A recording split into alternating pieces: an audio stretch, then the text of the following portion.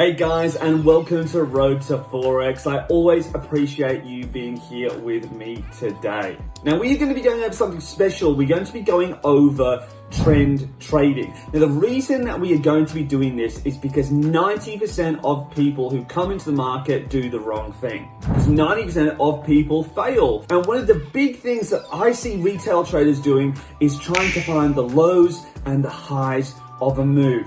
Whereas what they should be focusing on is, what is the market actually telling me now? For example, if we are on a very steep downwards trend, a lot of people are thinking, hey, look, this is a really good area to hop in for a buy. It's fallen 50, 60, 100 pips. It's got to turn around at some point, and it's so oversold, right? Using the RSI and other indicators like that, that we must be going in for a buy. But do you not see that it's the wrong thought process? Because what you should actually be doing is looking at what the market is telling you. If we are on a big downwards trend, is anything screaming out buys? No, it's screaming out sells. Hey, I'm going down and down and down and down and down. Is it guaranteed to turn around in an hour? Is it guaranteed to turn around even in the day? Is it guaranteed to turn around tomorrow? No, there are no guarantees. All you can do is see exactly what's happening in the market and go for it.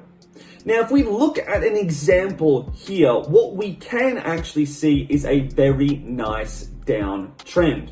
It starts in a bit of a rangy motion, it breaks underneath those lows, and it starts to move down. Now, a lot of people would look at this and say, hey, maybe there's some area of support up here, or come back into the range, or maybe your breakout traders, let's be moving down.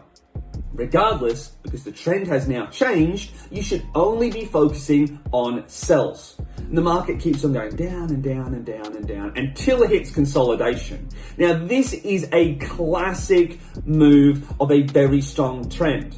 Because just like anything, any large move, whether you've run really quickly, you swum a long distance, you cycled, you might just need to take a break. And the market does that with this consolidation. People will immediately think, hey, it's consolidating, it's really oversold, again, it's dropped 100 ticks, 100 pips, whatever it is that you're looking at, I must be going in for it here. Whereas I am thinking, okay, where is another sell signal going to come from? And of course, it cuts underneath that bottom, starts to break out, there you go, there is another good signal to hop into.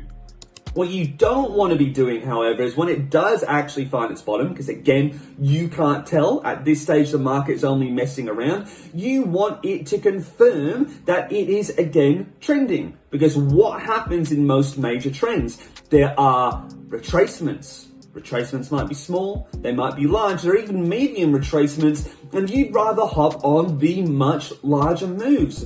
Why is that? Because you can get so much more money out of them. So wait until this trend has actually confirmed itself, maybe with some uses of order blocks, market structure, 2 higher highs, 2 higher lows, something like that, something around this area, and then look for some good entries. That is how your mind should be focusing on the market when it comes to trend trading. All right, thanks for that, guys, and I will see you in the next lesson. Have a good one. Bye.